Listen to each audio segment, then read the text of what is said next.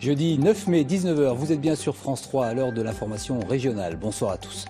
En cette journée de mobilisation de la fonction publique, l'hôpital de Montceau-les-Mines s'est mobilisé pour sa défense. Service public parfois remplacé par des initiatives locales. C'est le cas de l'agence postale de Blénaud dans l'Yonne qui a ouvert aujourd'hui. Le 9 mai, c'est la journée de l'Europe. Nous en profiterons pour évoquer l'une des grandes réussites de l'Union, le programme Erasmus, qui permet le mouvement de plusieurs milliers d'étudiants chaque année. Toujours à la lutte pour éviter la relégation, la GIA se prépare à un match important. Demain, en déplacement, les Auxerrois joueront à Grenoble et ce sera l'avant-dernière journée du championnat de Ligue 2. Et puis nous rencontrerons un étudiant de l'IUT d'Auxerre. Il nous embarque dans les années 80 avec comme projet de fin d'année de refaire fonctionner le Minitel. Notre rubrique consacrée aux passions en tout genre nous propose ce soir de remonter le temps à travers différents objets. Un étudiant de l'IUT d'Auxerre profite de son temps libre pour réparer de vieux téléphones ou postes de radio. Et quand ses professeurs de l'IUT lui ont demandé quel était son projet de fin d'année, il a simplement expliqué qu'il voulait refaire fonctionner le Minitel 3615 Vintage. Reportage Sébastien Quéroux, Florie Contenceau.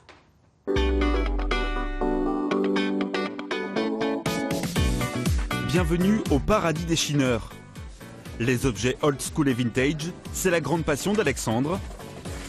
Au milieu des postes de TSF et des téléphones à cadran, le jeune homme est dans son univers.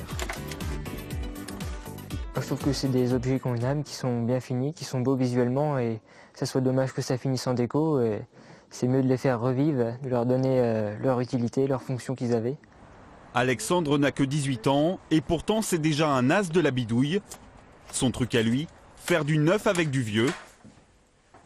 Pour s'en rendre compte, il suffit d'entrer dans son appartement. Donc là, ici, vous avez le téléphone de mon arrière-grand-mère que j'ai récupéré et que j'ai réussi à remettre en service.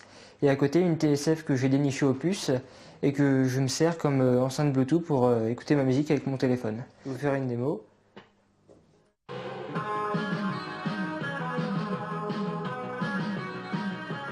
J'arrête pas de démonter, tout ce que je trouve, je démonte et je regarde comment ça fonctionne et j'apprends à comprendre l'objet. Le Minitel, c'est pareil, il était dans le grenier, je me suis dit, faut que je le démonte, savoir comment ça marche, et puis en le démontant, je l'ai transformé en téléviseur. Un Minitel qui lui sert aussi de console de jeu. Pendant que d'autres passent leur temps sur les tablettes et smartphones, Alexandre, lui, utilise le vieux terminal des années 80 pour des parties de course automobile à 2 km/h. J'assume complètement de continuer avec ce matériel-là, mais d'un autre côté, j'ai aussi un téléphone portable tactile, c'est pas incompatible. Ouais. Cette passion pour les vieilles technologies, Alexandre l'a transmise à ses camarades de l'IUT d'Auxerre. Les 3 étudiants en réseau et télécommunications ont un drôle de projet de fin d'année. Recréer un serveur pour faire fonctionner les Minitel. Alors ici on a un Minitel des années 80 et à côté ça y ressemble mais ce n'est pas un. On a un ordinateur qui va gérer tous les algorithmes et les pages pour les envoyer sur un Minitel comme dans les années 80. Comme ça ? Voilà, parce que ça te fait la forme d'une gouttelette ensuite.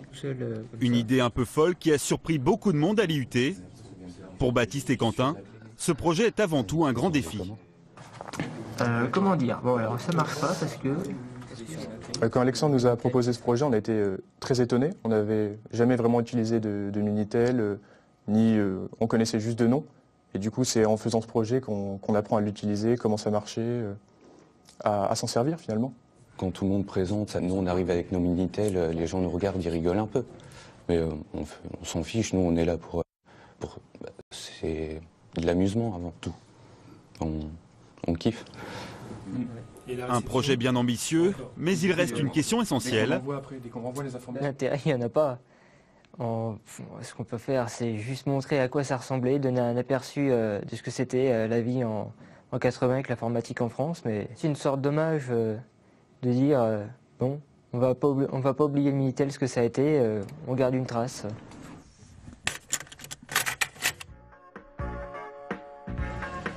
Respecter et comprendre le passé pour imaginer le futur, c'est la devise d'Alexandre. Avec elle, le jeune homme trace son chemin, un chemin à contre-courant des tendances d'aujourd'hui. Nouveau rendez-vous avec les